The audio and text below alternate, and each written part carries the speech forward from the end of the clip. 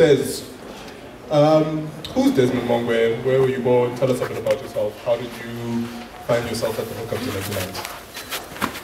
Okay, so Desmond Mongwe is a guy obviously coming from Limpopo, in a small mining town called Palaburo.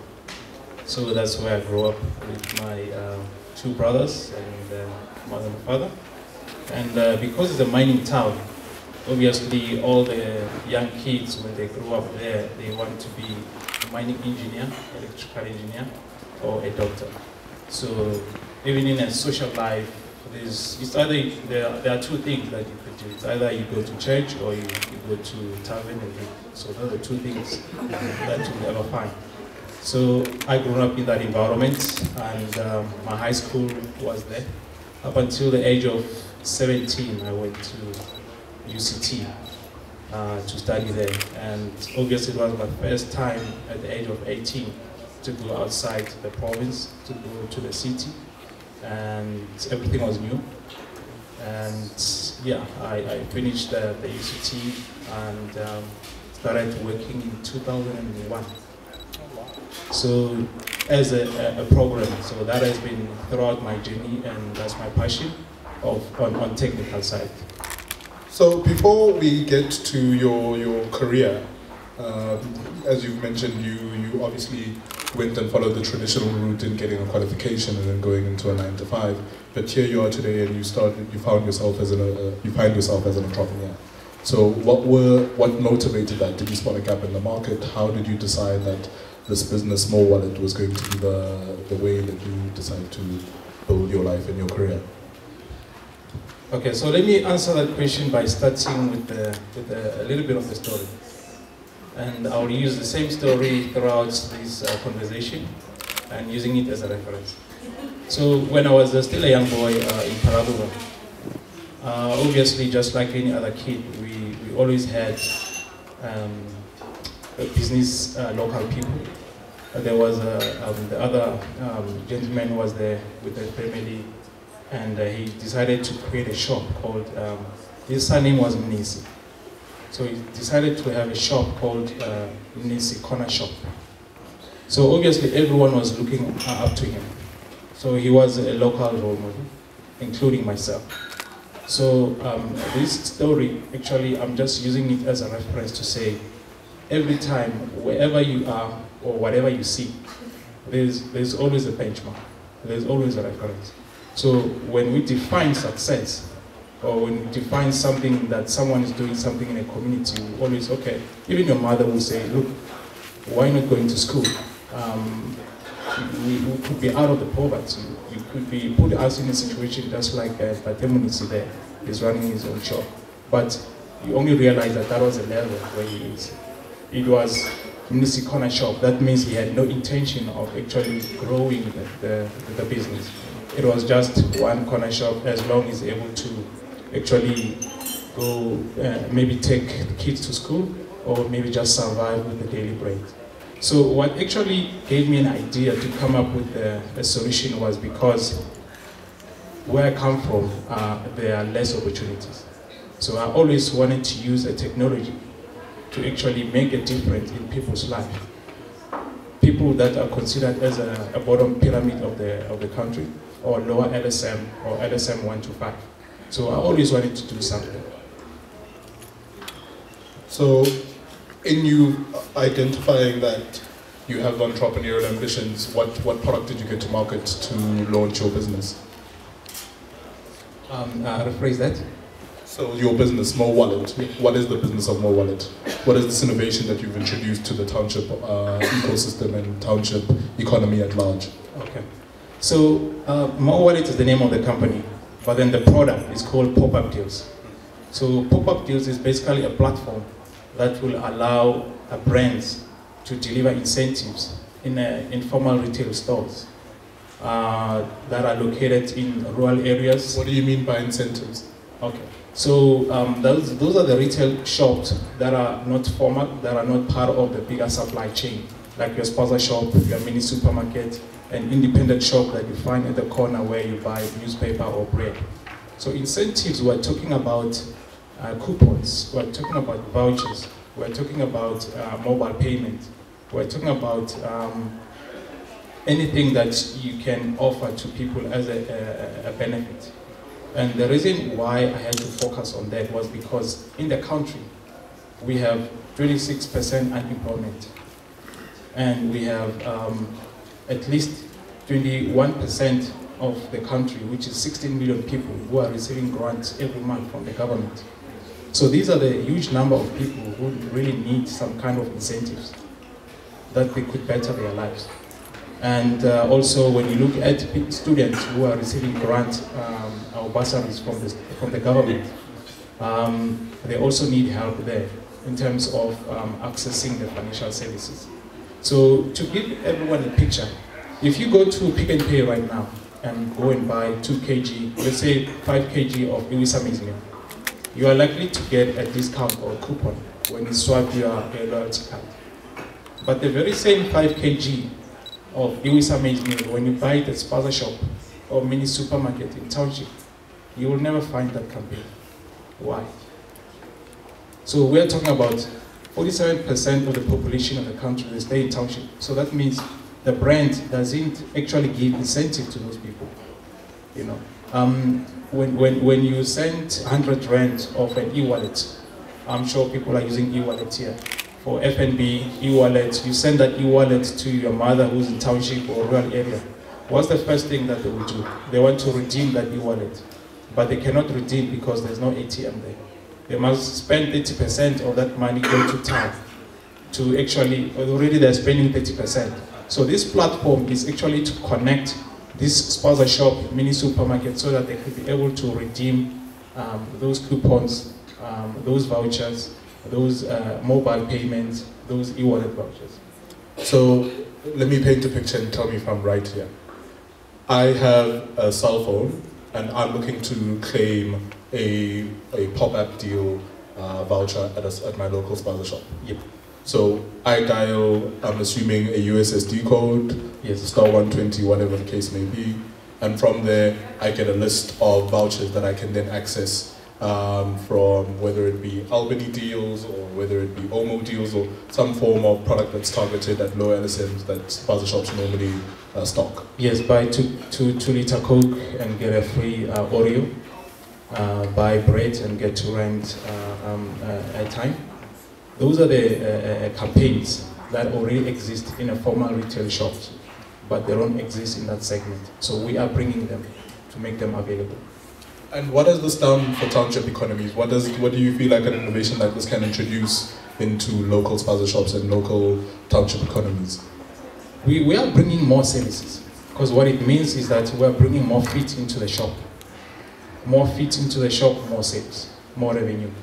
And the reason why also government funded the project is because they also want to use the platform to deliver social products, food parcel to those families who are in need. To have an idea how big this is, Mandela Foundation has just raised 70 million rand just to deliver sanitary towels to the girls in township and rural areas. So their problem is they have to go to the shop, buy this physical product, put them in the schools, and then they distribute to the recipient. But the management is very poor. So now with our platform, the government then use our platform to say, okay, all the young girls, they will just go into their mobile, request a voucher, and they can go to any nearest shop to go and get their product. So you just mentioned that government support is really now getting behind this. You recently won the Jozi City Hack Challenge and walked away with a £1 million cash prize. Can we give him a round of applause for that? What has this done for you as an entrepreneur? Well, I'll say I think the awards just give you the bragging rights. It doesn't really make any change into the platform. What did the money do for your business?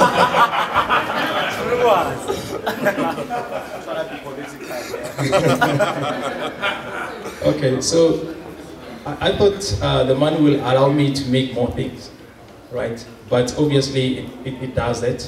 But what's making a huge difference is that I'm getting more free stuff, or I'm getting more access to resources that I never thought I could access. So obviously after winning the award, I was in the space of 2-3 weeks, I was in 6 commercial radio stations, live interviews, more than 2 commercial TV stations as well, magazines, including Financial Mail. So I was just in media. So all of that, it was because of the award. The idea never changed. Even before the award was just like that. And I was offered mainly a free working space in Sandton, a cool office. Opposites, I can see IBM there, I can see JSE. So it just said no cost, you know. So now that you've got the money, they're giving you everything for free. Yeah.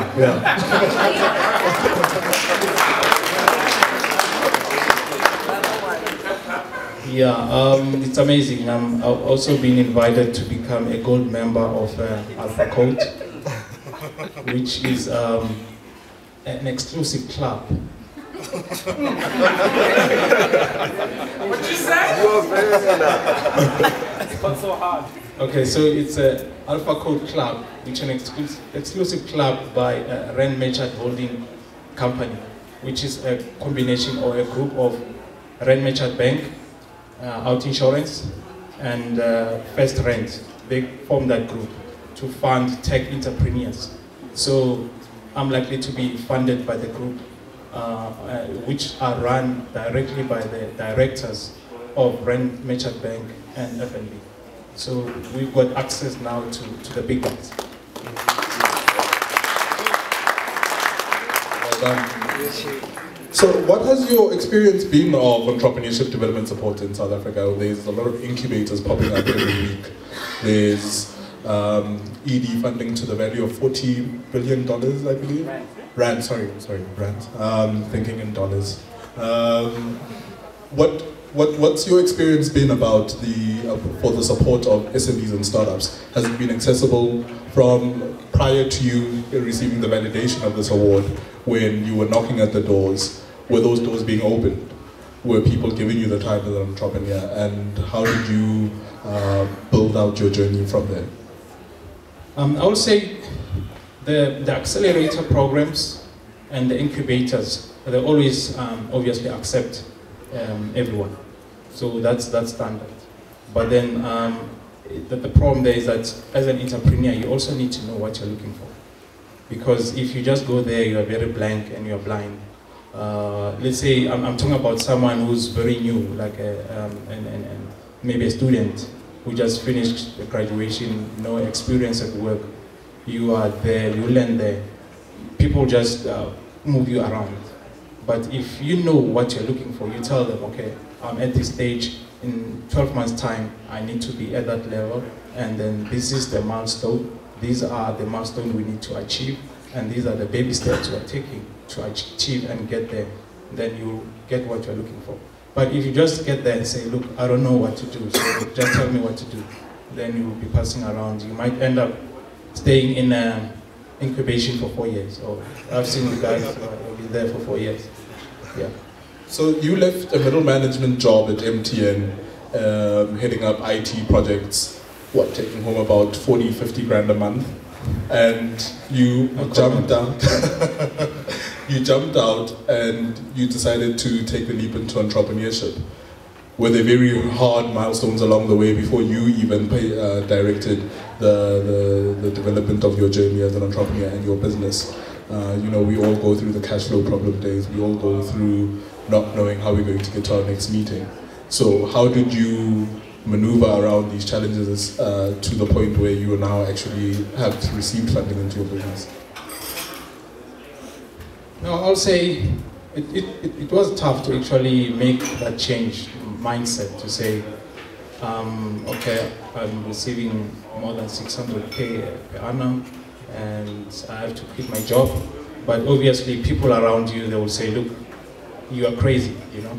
Your friends will tell you, no, you're crazy, man. These young kids here, these young people, they look up to you. You are the role model, you are the breadwinner. The family say the same thing. So it gets to a point whereby you have to be crazy enough that you don't have to wait for someone to validate your idea or your thought, you just have to do it. So I had to get to that point. And also I believe that I have knowledge and experience that will take me like way much better where I was. Because when I started working, I was lucky enough to work at Standard Bank, where I was working in a system that I was looking after, and it was processing, say, 5 million transactions a day. You know, moving there, I then went to work for Johannesburg Stock Exchange, working in the IT systems, looking after the system that processed the transaction of trading. You know, so the trades, the number of shares that exchange hands on a daily basis at JSE is worth 10 billion rand. So you look after systems like that. When you go to MTN, it's the same thing, big numbers. So with my experience and knowledge, then my benchmark was, if I could support those systems, I could create those systems. So it means I can create my own system at that level. So that's where my benchmark is. So I had no worry about whether I will suffer or what, but I already had a benchmark because I had the ability. And this, oh, sorry, let's give it one. Very powerful. And with this benchmark that you said, you recently had a trip, as Lebo mentioned earlier, to Turkey for the G20 Young Entrepreneurs Alliance. Did you notice anything different about entrepreneurs in this part of the world? What were their benchmarks? What are some of the startup success stories that are coming out of that part of the world? Yeah, big time. It's amazing what's happening there. And again, Innocentia Mutau, who's the president of Young Entrepreneurs Alliance in South Africa, which is part of that G20. I mean, South Africa is the only country that is being represented in that G20 of entrepreneurs. Because she saw me on TV, she just phoned me and said, hey, please come. So it's also because of the award, those kind of things. The entire trip was paid and everything. When I get there, it was cool. So what we realized there when we got there was that the entrepreneurs, the ecosystem in Istanbul, the city in Turkey, which hosts about 10 million citizens, their benchmark there, it's mainly Silicon Valley. They come after, I think, 2 or 3 positions after Tel Aviv. And Tel Aviv look after Silicon Valley. So you could see the highest level of skills and entrepreneurship on the ecosystem. When they talk about a successful entrepreneur that side, they talk about a local Turkish guy who just sold his company for $800 million US. So that's the kind of success we're looking at. Where else here at home, someone just got making a turnover of 800,000, then we have some I don't know, some party. You know? So that already tells you where we are in terms of the ecosystem and the achievements. But that's what I've realized, that they are pushing hard and they are as good as Tel Aviv in Israel. And they've got a culture of working together, which I think we lack here in Africa or in South Africa. We've got, I mean, when I did my research, we've got about 90 innovation hubs in Africa alone. But yet these hubs don't work together, let alone the entrepreneurs don't work together. And we're a continent of 1 billion people. So how come we don't succeed? So it's those kind of culture, the culture, and also, I don't know, maybe because they've been, the ecosystem has been existing for some times, but then they are very much close to Tel Aviv, which we are a bit behind. So what did you do differently? What do you think gave you a better advantage at getting your business where you can now say that you've got a very viable market that you're penetrating and that you're very fortunate to work for those companies where I used to work. It's what makes me different. I can't say I'm special, but it makes me different. And that's the message I want to give to those who are still in corporate, that in corporate is the best place where you find knowledge and experience. Don't just take that work for granted.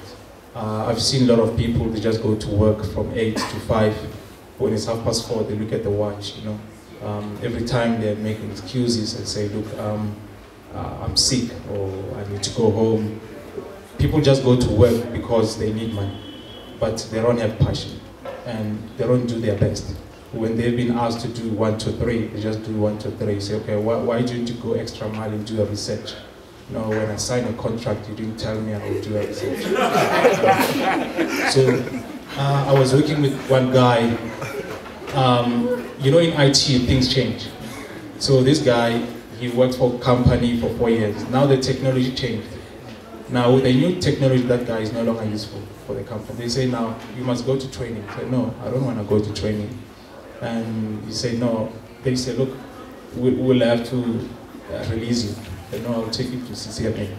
So those kind of people, that I think that's where I was very strong on a technical side. I always wanted to do something different, and I always knew that one day I would do things myself. So I was that guy that when they say, well, John was supposed to do the deployment at MTN at 2 o'clock midnight in the morning, and John says his wife, they made an arrangement that he mustn't work at night, so he can't be there. Then I was the first guy saying, no, I'll replace him. On weekends, when the guys didn't meet the deadline, I would say, okay, no, I'll go. So I'm one of the guys who actually made a lot of deployments at MTN than anyone else in that period of 4 years. It was not because I loved the job. It was because I knew I wanted the experience and I wanted to use it on my own. So that's what made me special. And on that note, what advice would you give to anyone looking, or anyone here in the audience looking to go into business? I'll say, have a benchmark. Initially, as I said, my benchmark was the Demnisi. Back at home, we just had one shop. And I think a lot of entrepreneurs, their benchmark is very low. We need to up our game.